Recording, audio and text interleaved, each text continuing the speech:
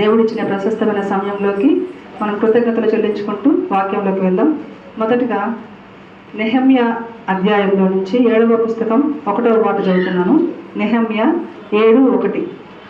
నేను ప్రాకారమును కట్టి తలుపులు నిలిపి ద్వారపాలకులను గాయకులను లేవీలను నియమించిన పిమ్మట. ఇక్కడ ఏం చెప్తున్నాడు ఒక మాట, నేను ప్రాకారమును కట్టి తలుపులు నిలిపి. మనము ఒక ఇల్లు కట్టుకున్నప్పుడు ఆ యొక్క ఇంటిని పూర్తి చేసిన తర్వాత ఖచ్చితంగా వాటికి తలుపులు పెడతాం. ఇక్కడ దేవుడు అంటున్నాడు ఆయన ఒక ప్రాకారం కట్టాడంట, వాటికి తలుపులు నిలిపాడంట.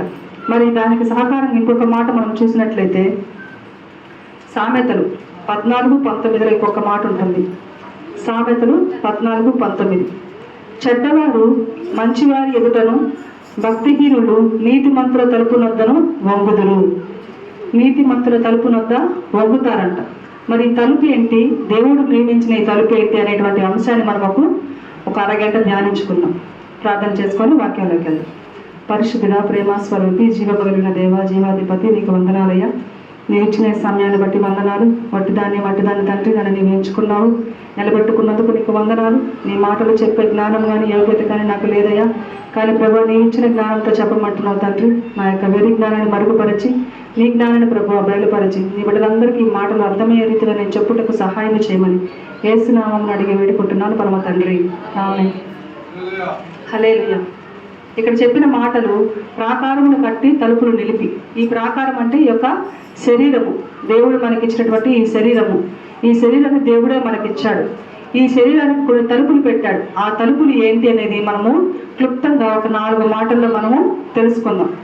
మొదటిగా చూసినట్లయితే మొదటి తలుపు, దేవుడు పెట్టిన ఈ పక్క ప్రాకారానికి 4 తలుపులు మనము నియమించుకోవాలి. ఆ 4 మన ఇళ్ళకి చూసుకుంటే మొదట మెయిన్ డోర్ ఒకటి ఉంటుంది, తర్వాత బ్యాక్ డోర్ ఉంటుంది, బెడ్రూమ్కి డోర్ ఉంటుంది, బాత్రూమ్కి డోర్ ఉంటుంది. ఇలా ఒక్కొక్క దానికి ఒక్కొక్క డోర్స్. ఎందుకని అది సేఫ్టీ కోసం. బెడ్రూమ్కి ఒక డోరు, బాత్రూమ్కి ఒక డోరు, మెయిన్ డోరు, ఇండోర్స్, ఇలా చాలా ఉంటాయి. అలాగే దేవుడు మన యొక్క ఈ శరీరానికి కూడా కొన్ని ద్వారాలు పెట్టాడు, వాటికి తలుపులు పెట్టున్నాడు. అవి ఏంటి, ఆ తలుపులు ఏంటనేది మనము క్లుప్తంగా ఒక 20-30 నిమిషాల్లో ధ్యానం చేసుకుందాం. మొదటిగా చూసినట్లయితే మొదటి తలుపు ప్రకటన గ్రంథం 3వ అధ్యాయము 20వ వచనంలో మనం చూసినట్లుగానైతే, ఇదిగో నేను తలుపు వద్ద నిలుచుండి తట్టుచున్నాను. ఎవడైనను నా స్వరము విని తలుపు తీసిన ఎడల నేను అతని యొద్దకు వచ్చి అతనితో నేనును నాతో కూడా అతడును భోజనము చేయుదుము. ఫస్ట్ తలుపు ఏంటంట, హృదయం అనే తలుపు. మన హృదయంలోకి దేవుణ్ణి ఆహ్వానించాలి. ఈ హృదయం దేనికి సాదృశ్యంగా ఉంటుందంటే సమస్తమైన కీడునకు, సమస్తమైన పాపాలకి, ప్రతి విధమైన చెడుకి ఈ యొక్క హృదయము మూలముగా ఉంటుంది. కాబట్టి ఈ హృదయంలో అంతా తీసివేసేయాలి. ఈ హృదయంలోకి దేవుణ్ణి ఆహ్వానించాలి. దేవుణ్ణి ఆహ్వానించాలంటే మనం ఏం కలిగి ఉండాలి? పరిశుద్ధత కలిగి ఉండాలి. పరిశుద్ధత దేని ద్వారా వస్తుంది? రక్షణ ద్వారా వస్తుంది. రక్షణ లేని వారు దేవుణ్ణి చూడరు. రక్షణ లేని వారిని దేవుడు ఆహ్వానించడు. నువ్వు ఎన్ని మంచి పనులన్నా చెయ్యి లోకంలో, నువ్వు ఎంత మంచిగా అయినా బ్రతుకు, ఎంత నీతిగా అన్నా బ్రతుకు, నీ ఆఖరి దినమున నీవు మరణించి పరలోకానికి వెళ్ళాలంటే పాస్పోర్ట్, వీసా ఏంటి? రక్షణ. రక్షణ లేనిదే నువ్వు ఎంత మంచివాడివైనా, దేవుడికి ఎంత ప్రియముగా ఉన్నా, ఎన్ని వాక్యాలు చెప్పినా, ఎంత పరిచర్య చేసినా, ఎంత సేవ చేసినా దేవుడు నిన్ను లోపలికి అనుమతించలేడు. ఇప్పుడు దేవుడిని లోపలికి రావాలంటే మనం మొదటిగా ఏ తలుపు ఓపెన్ చేయాలి? ఏ తలుపును కలిగి ఉండాలి? రక్షణ అనే తలుపుని. మొదటిగా మనము రక్షణ అనే తలుపును కలిగి ఉంటే దేవుడు మన హృదయంలోకి వస్తాడు. దేవుడు మన హృదయంలోకి రావాలంటే మన హృదయంలో ఉన్నటువంటి మలినాలన్నీ పక్కన పెట్టాలి. మనం మార్కు సువార్త 7:21-22 వచనాలు ఒకసారి చూద్దాం. మార్కు సువార్త 7వ అధ్యాయము నేను చదువుతాను. 7వ అధ్యాయం 21వ మాట చూస్తాను. లోపల నుండి అనగా మనుష్యుల హృదయములో నుండి దురాలోచనలు, జారత్వములను, దొంగతనములను, నరహత్యలను, వ్యభిచారములను, లోభములను, చెడుతనములను, కృత్రిమము, కామవికారము, మత్సరము, దేవదూషణయు, అహంభావమును, అవివేకమును వచ్చును. మరి మన హృదయంలోకి దేవుడు రావాలంటే ఇన్నున్నాయి. ఒకటి కాదు, రెండు కాదు, మూడు కాదు, ఎన్ని చెప్పున్నారు చూడండి ఇక్కడ. దురాలోచనలు, జారత్వములు, దొంగతనాలు, నరహత్యలు, వ్యభిచారములు, లోభాలు, చెడుతనాలు, కృత్రిమము, కామవికారము, మత్సరము, దేవదూషణ, అహంభావము, అవివేకము. ఇన్ని మన హృదయంలో పెట్టుకొని దేవుడు ఎలా వస్తాడు? మన హృదయం ఎంత పరిశుద్ధంగా ఉంటే దేవుడు మన హృదయంలోకి వస్తాడు. ఎందుకంటే ఆయన పరిశుద్ధుడు. పరిశుద్ధత లేని చోట ఆయన ఉండలేడు. కాబట్టి నీ హృదయాన్ని ముందు నువ్వు ఖాళీ చేసుకోవాలి. ఖాళీ చేసుకుంటేనే దేవుడు నీ హృదయంలోకి వస్తాడు. ఇవన్నీ ఉంచుకొని ఇప్పుడు మనం ఒక ఇంటికి అద్దెకి ఇవ్వాలంటే ఆ ఇంట్లో ఉన్న సమస్తాన్ని మనము ఖాళీ చేయాలి. అవునా? సమస్తాన్ని ఖాళీ చేస్తే ఇంకొకరు వస్తారు ఆ ఇంట్లోకి. లేదు, ఆ ఇంట్లో ఉన్నారు, మీరు కూడా వచ్చి ఉండండి, ఇద్దరు కలిసి ఉండండి, 2 అద్దెలు నాకు ఇవ్వండి అంటే ఇస్తారా? ఇవ్వరు. పోనీ ఒక గది వాళ్ళకి ఇవ్వండి, ఒక గది మేము వాడుకుంటామంటే ఒప్పుకుంటారా? ఒప్పుకోరు. సమస్తాన్ని ఖాళీ చేస్తేనే కొత్త వ్యక్తి ఆ లోపలికి వస్తాడు. మన హృదయాన్ని శుద్ధీకరణ చేసుకోవాలి. దేనితోటి? రక్షణ కలిగితే కానీ మనము హృదయ శుద్ధీకరణ చేసుకోలేము. హృదయ శుద్ధి లేకపోతే దేవుడు మన హృదయాలలోకి రాలేడు. కాబట్టి మొదటి తలుపు ఏంటి? రక్షణ అనే తలుపుని మనము కలిగి ఉండాలి. దేవుడు మనకు రక్షణగా ఉంటే, యెహోవా మనకు కాపరిగా ఉంటే మనకేమవుద్ది? యెహోవా నా కాపరి, నాకు లేమి కలగదు, నాకు ఏమీ కొదువలేదు. దేవుడే మన ఇంటికి ప్రాకారంగా ఉన్నప్పుడు మనకి ఏ కొదువ ఉండదు, ఏ దిగులు ఉండదు, ఏ మేలు తక్కువ కాదు. కాబట్టి మొదటిగా ఈ యొక్క ప్రాకారానికి రక్షణ అనే తలుపును మనము కలిగి ఉండాలి. రెండవదిగా చూసినట్లయితే ద్వితీయోపదేశ కాండము 6వ అధ్యాయాన్ని 9వ వచనాన్ని ఒకసారి మనము చదువుకుందాం. ద్వితీయోపదేశ కాండము. నీ ఇంటి ద్వారబంధముల మీదను, నీ గౌనుల మీదను వాటిని వ్రాయవలెను. వేటిని? పైన దాన్ని చదివినట్లయితే, నేడు నేను నీకు ఆజ్ఞాపించి ఈ మాటలు నీ హృదయములో ఉండవలెను. ద్వారబంధములు అంటే ఏంటమ్మా? ఎక్కడుంటాయి ద్వారబంధాలు? బెడ్రూమ్లో ఉంటాయా, బాత్రూంలో ఉంటాయా, కిచెన్లో ఉంటాయా? తలుపు దగ్గర ఉంటాయి. కాబట్టి నీ ఎంట్రన్స్లో నువ్వు ఫస్ట్ దేవుడిని లోపలికి రావాలంటే ఫస్ట్ మనం ఏం కలిగి ఉండాలంటే ఎంట్రన్స్లో దేవుని మాటలు, దేవుని వాక్యము. దేవుని వాక్యాన్ని మొదట మనము మన గుమ్మాల దగ్గర పెట్టుకోవాలి. మన హృదయం అనే గుమ్మానికి ఎంట్రన్స్. ఇప్పుడు నో ఎంట్రీ బోర్డు ఉందంటే దాని అర్థం ఏంటి? అక్కడికి మనము వెళ్ళకూడదు. నో పార్కింగ్ ఉందంటే అక్కడ అర్థం ఏంటి? అక్కడికి మనము పార్క్ చేయకూడదు. ఏ వెహికల్ పార్క్ చేసినా ఫైన్ వేస్తారు. నో ఎంట్రీ, నో పార్క్ ఉందంటే అది నిషేధించబడినది. కొన్ని జోన్స్లో నో స్మోకింగ్ అని రాస్తారు, కొన్ని దగ్గర నో డ్రింకింగ్. ఇవన్నీ ఎందుకు పెడతారంటే హెచ్చరికలు. మరి మన హృదయం అనేటువంటి ఈ యొక్క గర్ని దగ్గర, ఈ యొక్క తలుపు దగ్గర ఎంట్రన్స్లో నువ్వు దేవుని మాటలు పెట్టుకుంటే చెడుతనానికి నో ఎంట్రీ, చెడు తలంపులకి నో ఎంట్రీ, దేవునికి మాత్రమే ఎంట్రీ. అపవాది సంబంధికులకు అందరికీ నో ఎంట్రీ బోర్డు పెట్టుకున్నట్టే. ఈ రోజుల్లో చాలామంది గృహాలలో వాక్యాలు ఉంటున్నాయి, దేనికి? గోడ మీద మాత్రమే. కానీ దేవుడు అంటున్నాడు నీ హృదయంలో ఉండవలను. ఉండిన తర్వాత ఏం చేయాలి? వాటిని హృదయంలో పెట్టుకున్నాము, వాక్యాలు బోర్డు మీద పెట్టుకున్నాము. ఎందుకు? వాటిని ఏం చేయడానికి? చూపుడు కాదు. కానీ తర్వాత రాసిన మాట చదివితే, నీవు నీ కుమారులను వాటిని అభ్యసింపచేసి, నీవు నీ పిల్లలు ప్రతి దినము దేవుని మాటలు మనము చదువుకోవాలి. ఎప్పుడు? నీ ఇంట కూర్చున్నప్పుడు, నీవు త్రోవ నడుచున్నప్పుడు, పండుకున్నప్పుడు, లేచినప్పుడు వాటిని గురించే మాట్లాడుకోవాలి. నీ బిడ్డలకు తెలివితేటలు ఎట్లా వస్తాయి? దేవుని జ్ఞానం ఎలా వస్తుందంటే మన ఇంట్లో ముచ్చట్లన్నీ దేవునికి సంబంధించినవైతేనే మన పిల్లలు జ్ఞానవంతులు అవుతారు. కూర్చొని మాట్లాడుకుంటున్నప్పుడు తల్లి కూతురు మాట్లాడుకుంటాం, అన్నా చెల్లి మాట్లాడుకోరా, అక్క తమ్ముడు తండ్రి కూతురు మాట్లాడుకుంటారు. వ్యర్థమైన మాటలు కాకుండా దేవుని బైబిల్లోని ముచ్చటించుకోండి. ఈరోజు ఆ వాక్యం చెప్పారు కదా, దానికి ఏమై ఉంటుంది? మా అమ్మ, నేను, మా తమ్ముడు మీ ఇంట్లో ఉన్నప్పుడు మా డిస్కషన్స్, మా అమ్మ మీనింగ్స్ ఉండతా ఉంటే నేను చెప్పుకోవడము, వాడిని క్వశ్చన్స్ అడుక్కోవడం, ఇట్లా ఉంటుంది అనమాట మా యొక్క సంభాషణ. అలా ఉన్నప్పుడు అంటదంటే మనము కొత్త వాటిని నేర్చుకుంటాము, తెలియని వాళ్ళు వాటిని గుర్తుపెట్టుకుంటారు. మన సంభాషణ ఎప్పుడు కూడా దేవునికి సంబంధించినదైనట్లయితే మన హృదయము ఎప్పుడు దేవుని వాక్యాలతో నింపబడి ఉంటుంది. అది కాకుండా అదేం జరిగింది, అక్కడేం జరిగింది, ఇది ఇట్లా జరిగింది, అది అట్లా జరిగింది, వేస్ట్ మాటలు, వ్యర్థమైనవన్నీ మనం నింపుకుంటే దేవుడు లోపలికి రాడు, మన హృదయం మీద ఆ యొక్క వాక్యాలు ఉండవు. కాబట్టి మనం చూసినట్లయితే కీర్తనలు 1:2 ఏం చెప్తాడు? దినమల్లా నీ గ్రంథంలో ధ్యానించేవాడు ఏమవుతాడంట? ధన్యుడు అవుతాడంట. అదే కీర్తనలో 119 కూడా, ఆ 119 అంతా ఈ యొక్క వాక్యాల గురించే ఉంటుంది. కానీ 97లో ఒక ప్రశస్తమైన మాట ఉంటుంది. నీ ధర్మశాస్త్రము నాకెంతో ప్రియముగా ఉన్నది, దినమల్లా నేను దాన్ని ధ్యానించుచున్నాను. నీ ధర్మశాస్త్రం నాకు ఎంతో ప్రియముగా ఉన్నదంట. ప్రియముగా ఎవరుంటారు? ఇష్టమైన వాళ్ళు. ఎవరైతే మనమైతే ఇష్టపడతామో, ఎవరినైతే మనం ప్రేమిస్తామో వాళ్ళతో మనం ఎంత టైం స్పెండ్ చేసినా తక్కువే అనిపిస్తుంది. అవునా? మన ఫ్రెండ్స్, మన బెస్ట్ ఫ్రెండ్స్ ఉంటారు, లేకపోతే మనకి ఇష్టమైన ఆ వ్యక్తి ఉంటారు. వాళ్ళతో మనము టైం స్పెండ్ చేసినప్పుడు అది మనకి బోర్ కొట్టదు, మనకు అప్పుడు అది ప్రియంగా అనిపిస్తుంది. దేవుని గ్రంథాన్ని మీరు ఎప్పుడైతే ప్రేమిస్తారో, ఎప్పుడైతే దేవుని గ్రంథంలో మీరు ఆనందిస్తారో, ఈ యొక్క మాటలు మనకి అంత మధురముగా, అంత ప్రియముగా ఉంటాయన్నమాట. అలాగే ఇంకొక మాట గారు చూసినట్లయితే 12:6లో కూడా కీర్తనలు 126 కూడా ఇంకొక మాట చూద్దాము. జనులు నీ ధర్మశాస్త్రమును నిరర్థకము చేసి ఉన్నారు, యెహోవా తన క్రియ జరిగించుటకు ఇదే సమయం. జనులు ఏం చేస్తున్నారంటే ధర్మశాస్త్ర గ్రంథాన్ని చదవడానికి ఇష్టపడటం లేదు, సమయాన్ని పోగొట్టుకుంటున్నారు. దేవుడు జల్లెడ పడుతున్నాడని మనము గత కొన్ని వారాలుగా వింటూనే ఉన్నాం. దేవుని ఉగ్రత బయలుదేరి ఉన్నది. జల్లెడ పట్టి దేవుడు హితేస్తున్నాడు. కాబట్టి ధర్మశాస్త్రాన్ని మనం ప్రేమించాలి, ధర్మశాస్త్రాన్ని నిరర్థకంగా చేయకూడదు. ఈ మాటలన్నీ మన యొక్క జీవానికి మూలం. కాబట్టి మనము ధర్మశాస్త్రాన్ని ప్రతి దినము ధ్యానించుకునే వారంగా మనం ఉన్నట్లయితే దేవుని మాటలు మనకి నిరర్థకము కావు. అందుకని అంటున్నాడు, ప్రకటన 1:3లో ఒక మంచి మాట రాసిపడింది, వాక్యం గురించి రాయబడి ఉంది.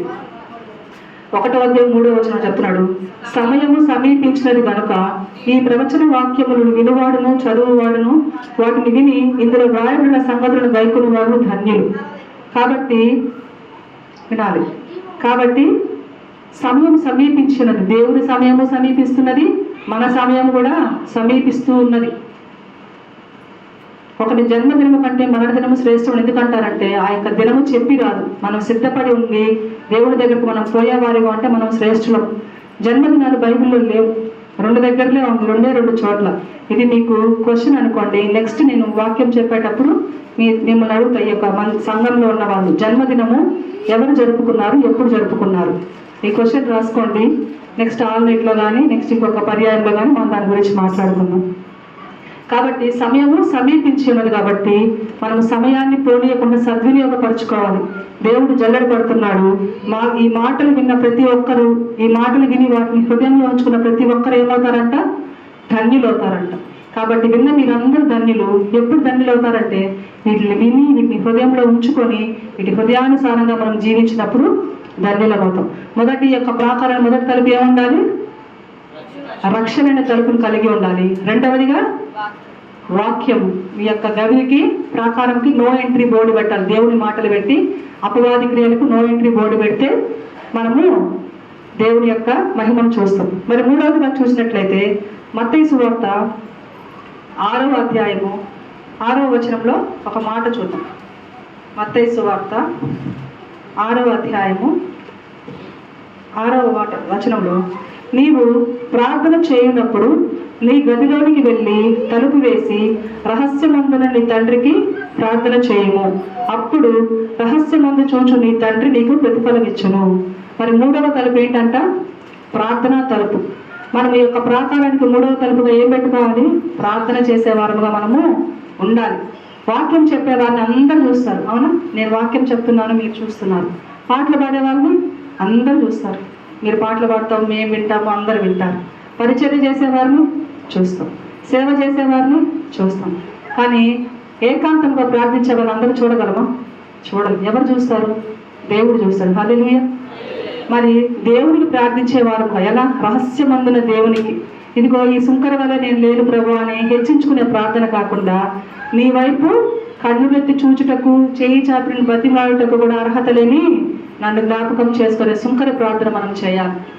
కన్నీటి ప్రార్థన చేయాలి, ఉపవాస ప్రార్థన చేయాలి. మనుషుల కోసం, మనుషుల మెప్పుల కోసం ఎప్పుడు చేయకండి. అవి మనుషుల సహాయము వ్యర్థము. మనుషుల సహాయము వ్యర్థం యొక్క మాట మన మైండ్లో ఎప్పుడు ఉండాలి. ఎప్పుడు మనుషులను ఆశ్రయించబాకండి. ఎప్పుడు దేవునికి చిన్న కష్టం వచ్చినా, చిన్న బాధ వచ్చినా, చిన్న ఇబ్బంది వచ్చినా మీ పిల్లలకు నేర్పించండి. దేవుణ్ణి ఫస్ట్ అడుగు. దేవుణ్ణి అడగడం నేర్చుకుంటే మన పిల్లలు మనల్ని ఇంకేం అడగరు, దేనికి భయపడరు. దేవుని ఆశ్రయించే వారంగా మనం ఉండాలి. దేవుని ప్రార్థించే వారంగా ఉండాలి. ప్రార్థన చేసే వారికి ఎవరు కనిపిస్తారు? దేవుడు కనిపిస్తాడు. ఎందుకంటే ప్రార్థన అంటే ఏంటి? ప్రార్థన అంటే ఏంటి? దేవునితో మాట్లాడటం. మరి మన దేవుడు మనతో మాట్లాడతాడా? మాట్లాడతాడు. ఎలా మాట్లాడతాడు? వాక్యం ద్వారా. దేవుడు మనతో వాక్యం ద్వారా మాట్లాడతాడు. మనము దేవునికి ప్రార్థన ద్వారా మాట్లాడాలి. కాబట్టి మనం ప్రార్థన ద్వారా కలిగి మనము గాన ఉండగలిగితే మనం ఏం చేయడానికైనా ధైర్యవంతులుగా ఉంటాం. ఎందుకంటే నా తండ్రి నా వెనకుంటాడు, నాకేం దిగులు లేదు, నా భయం ఉన్నప్పుడు మనం ఏమైనా చేయగలుగుతాం. అది ఎప్పుడు వస్తుంది? నమ్మకం ఎప్పుడు వస్తుంది? నువ్వు ప్రార్థన చేసి ప్రతిఫలం పొందుకుంటే, విశ్వసిస్తే తప్ప దేవుళ్ళు నీకు నమ్మకము రాదు. మనం ప్రార్థన చేయితే క్రియలు జరగవు. కాబట్టి ప్రార్థనా జీవితం కలిగి ఉండండి. ప్రార్థన చేసినప్పుడు మనం ఏమైనా చేయగలము, దేనైనా పొందగలము అనేటువంటి నమ్మకం మనకు ఉన్నప్పుడు మనము ఏమైనా చేస్తాం. శద్రకు, మేషకు, అబేద్నెగోలను అగ్నిగుండంలో వేస్తా ఉన్నప్పుడు వాళ్ళు భయపడలేదు. ఎందుకంటే జీవము కలిగిన దేవుడు వాళ్ళ పక్కన ఉన్నారు, వాళ్ళు విశ్వసించారు. దానియేలుని సింహపు బోన్లో వేస్తున్నప్పుడు ఆయన భయపడలేదు. భయపడిపోయి నేనేదంటే అది చేసేస్తాను, తినేస్తానని చెప్పలేదు. ఎందుకంటే వాళ్ళు జీవము కలిగిన దేవుడి మీద నమ్మకం ఉంచారు. ఎప్పుడైతే నువ్వు నమ్మకం ఉంచుతావో, విశ్వసిస్తావో, దేవుడు నీకు సమస్తమైన కార్యాలు చేయగలవు. మనం గట్టిగా నమ్ముతాం అనమాట. మనం ఎప్పుడైతే గట్టిగా నమ్ముతామో తప్పు చేయడానికి అవకాశమే ఉండదు. కొందరు అనుకుంటారు నేను చేసే పని ఎవరు చూడడం లేదులే, పైకి భక్తి జీవితమే కానీ అటు ఒక వెళ్తే రోత జీవితం, నన్ను ఎవరు చూడడం లేదు అనుకుంటే. ఒక కథ చిన్నప్పుడు వినుంటాం కదా, ఒక పిల్లోడు స్కూల్ పిల్లలకి ఒక చాక్లెట్ ఇచ్చి అందరికి ఒక్కొక్కటి ఇచ్చి వెళ్ళి తినేసి రమ్మంటారు. ఒక పిల్లోడు తప్ప అందరు తినేస్తున్నారు. ఎవరు చూడకుండా తినరమ్మంటే ఒక్కొక్కరిని అడుగుతున్నారంట. నువ్వు ఎక్కడ తిన్నావంటే నేను అక్కడ తిన్నాను, ఆ చెట్టుకి తిన్నాను, ఈ రూమ్లో తిన్నాను, ఆ వాళ్ళకి తిన్నాను అందరూ చెప్పారు. ఒక్కడు మాత్రం తినలేదంట. ఎందుకు తినలేదురా అంటే, నాకు ఎక్కడ నువ్వు ఎవ్వరు చూడకుండా తినమని చెప్పావు, నేను ఎక్కడికి వెళ్ళా నన్ను దేవుడు చూస్తున్నాడు, మరి నేను ఎలా తినాలి అని చెప్పాడంట. హల్లెలూయా. ఎంత గొప్ప విశ్వాసం! చిన్న బిడ్డ, స్కూల్లో చదివే బిడ్డ, ఎంత గొప్ప విశ్వాసం! ఎట్లొచ్చింది ఆ విశ్వాసము? తల్లిదండ్రుల పెంపకం. ఎక్కడికి వెళ్ళినా నువ్వు చేసే పనిని దేవుడు చూస్తాడు. రహస్యమందు చేసే పాపాన్ని కూడా దేవుడు చూస్తాడు. ఎవరు చూడడం లేదు అనుకుంటున్నావేమో, నీ జీవితము ఒక మూసేసిన పుస్తకం అనుకుంటున్నావేమో, దేవుడికి మన జీవితము తెరచిన పుస్తకం. ఎవరు చూడడం లేదని తప్పు చేస్తున్నావేమో, దేవుడు మనల్ని పరిశీలిస్తూ ఉంటాడు, గమనిస్తుంటాడు. ఎవరెవరు మంచివారా అని ఆయన యొక్క చూపులు ఈ భూప్రపంచం మీద తిరుగుతూ ఉంటుంది. ఆ యొక్క భయం కలిగి ఉండండి. ప్రార్థనా జీవితాన్ని కలిగి ఉండండి. ప్రార్థనా ఫలితాలు మనం ఎన్నో చూస్తున్నాం బైబిల్లో. పౌలు శీలలు బంధింపబడి ఉన్నప్పుడు సంఘమంతా వాళ్ళ కోసం ప్రార్థించింది. ఏకంగా కూడా ప్రార్థించినప్పుడు అద్భుత కార్యం జరిగింది. మోషే దేవునికి ప్రార్థన చేసినప్పుడు ఎర్ర సముద్రం 2 పాయలుగా చీలింది. యాకోబు మోసగాడే ఏశావును విడిచి వెళ్ళిపోయాడు. తర్వాత రాత్రి అంతా పెరుగులాడు. ఇదిగో నేను నాన్నను ఎదుర్కోవడానికి పోతున్నాను, నాన్న నా మీద కోపంగా ఉన్నాడు, నాన్న నన్ను ఏం చేయకూడదు. రాత్రి అంతా పెరుగులాడితే ఏశావు ఏం చేశాడు? తిరిగి వచ్చినప్పుడు, చంపడానికి వచ్చినప్పుడు ఆయన మారిపోయి వచ్చి కౌగిలించుకొని మెడ మీద పడి ముద్దు పెట్టుకున్నట్టుగా మనకు వాక్యం రాశాం. ఎంత కఠిన హృదయంలో ప్రార్థన మార్చేస్తుంది. దేవుడికి అంత శక్తి ఉంది. నీ సమస్య ఎంత పెద్దదైనా, నీ ఉన్న స్థితి ఎంత కొద్దిదైనా దేవుడికి మనం ప్రార్థిస్తే అద్భుతాలు చూస్తాం. 3వదిగా ఏం నేర్చుకున్నాము? ప్రార్థన అనే తలుపులు మనము కలిగి ఉండాలి. రక్షణ అనే తలుపు కలిగి ఉండాలి. హృదయంలో వాక్యం అనేటువంటి తలుపులు కలిగి ఉండాలి. ప్రార్థన అనే తలుపులు కలిగి ఉండాలి. ఆఖరిగా మనం చూసినట్లయితే 2వ రాజుల గ్రంథము 4వ అధ్యాయము 4వ వచనం. 2వ రాజులు 4వ అధ్యాయము. అప్పుడు నీవు నీ ఇంటిలోనికి వచ్చి నీవును నీ కుమారులను లోపల నుండి తలుపు మూసి ఆ పాత్రలన్నిటిలో నూనె పోసి నిండినవి ఒక తట్టున ఉంచమని ఆమెతో సెలవీయగా, చాలండి.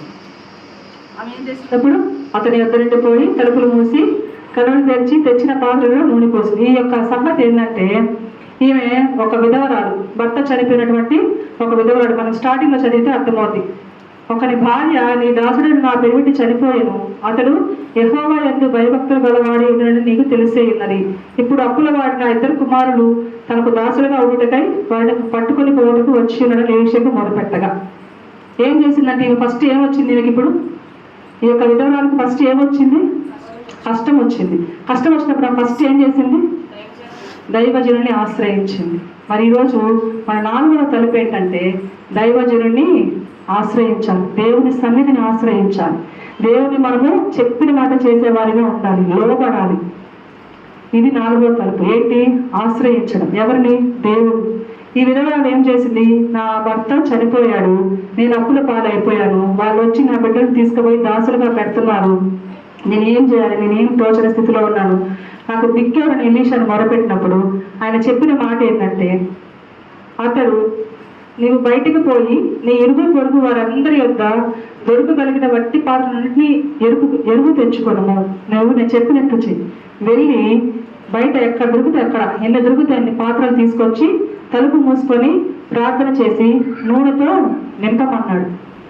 ఆమె దగ్గర ఉన్న నూనె పోస్తా ఉంటే నిండుతా ఉంది, పోస్తా ఉంటే నిండుతా ఉంది, పోస్తా ఉంటే నిండుతా ఉంది. ఏం చేసింది? ఆమె దైవజనుని మాటకి లోబడింది. ఈరోజు నీకు నాకు ఎన్నో శ్రమలు వస్తున్నాయి. ఫస్ట్ శ్రమ రాగానే మనమైతే చెప్పుకున్నాం, నరులను ఆశ్రయించకండి.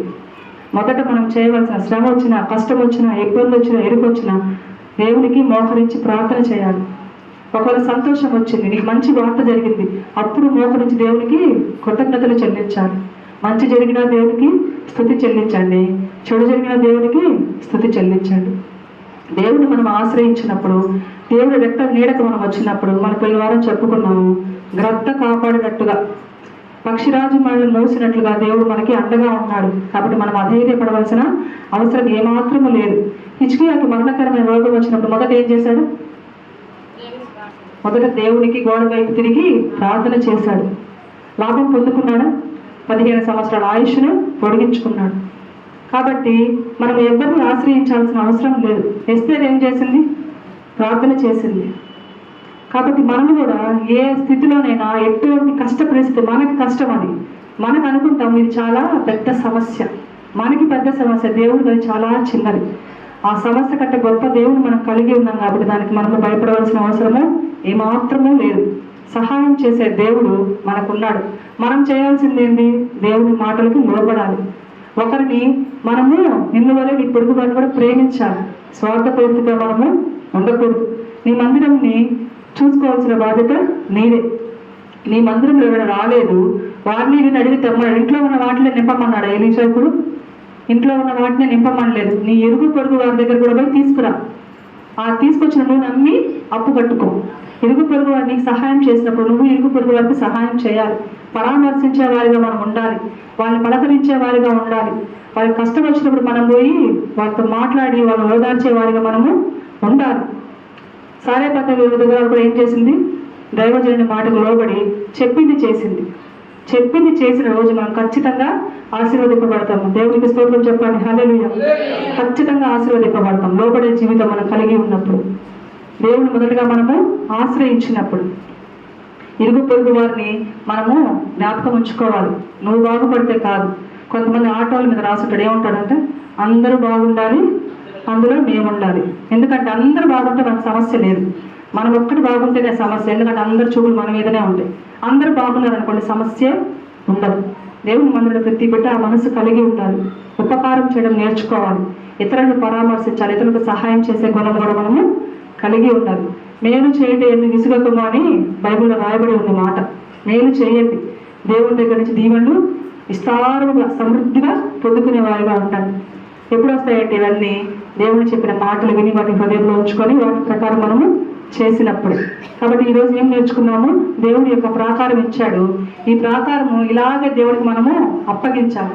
ఆయన ఇచ్చిన పనిని మనం సంపూర్తి చేసి మళ్ళీ ఆయనకి ఇస్తే ఆయన మనం ఏమంటాడు? బలా నమ్మకమైన మంచి దాసుడు.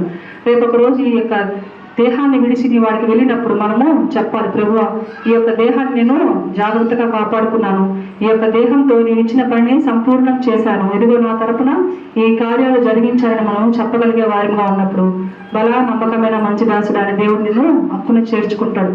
తప్పిపోయిన కుమారుడిలాగా మనము పని ఉంటే వచ్చేసేయండి దేవుడి దగ్గరికి. దేవుడు క్షమించడానికి సిద్ధంగా చేతులు చాపుకొని వేచి ఉన్నాడు నీ కోసం, నా కోసం. ఈ యొక్క ప్రాకారానికి యొక్క 4 తలుపులు పెట్టుకోండి. ఒకటి రక్షణ. ఈరోజు ఇంకా నీవు రక్షణ లేకుండా ఉన్నావేమో, రక్షణ అనే తలుపును పెట్టుకో. నీ యొక్క హృదయానికి నో ఎంట్రీ బోర్డు పెట్టుకో. దేనితో? దేవుని మాటలతో. చెడు తలుపులకి ఎంట్రీ లేకుండా, చెడు ఆలోచనకి ఎంట్రీ లేకుండా నీ హృదయం అనే తలుపుకి అది పెట్టుకో. 3వదిగా ప్రార్థనా జీవితం కలిగి ఉండు. ప్రార్థనా జీవితం క్రైస్తవుడికి అన్నిటికంటే ముఖ్యమైనది ప్రార్థనా జీవితం. 4వది మనం చూసుకుంటే లోబడే జీవితాన్ని చేసేదానిగా ఉండండి, అలాగే ఇతరులకి మేలు చేసేవారిగా ఉండండి. ఈ యొక్క మాటను దేవుడు దీవించునుగాక. ప్రాణమా యెహోవాను సన్నతించు, నా అంతరంగమందున సమస్తమైన పరిశుద్ధ నామమును సన్నతించు. నా ప్రాణమా యెహోవాను సన్నతించు, ఆయన చేసిన చేయబోతున్న ఉపకారాల్లో దేనిని మరొకము. నా ప్రాణమా యెహోవాను పరమ తండ్రి అయిన యెహోవా దేవుని ప్రేమ, మన ప్రభు మన రక్షకుడైన యేసుక్రీస్తు వారి కృపా సన్నిధి, పరిశుద్ధాత్మ దేవుడు అన్యాన్న సహవాసం కాపుదల భద్రత నడిపింపు ఇప్పుడు ఎల్లప్పుడూ సకల పరిశుద్ధులకు ఈ దినం ఆయన సన్నిధి నీకు నాకు అలాగే రాని బిడ్డలు కూడా ఆయన కృప తోడై ఉండును గాక. హల్లెలూయా.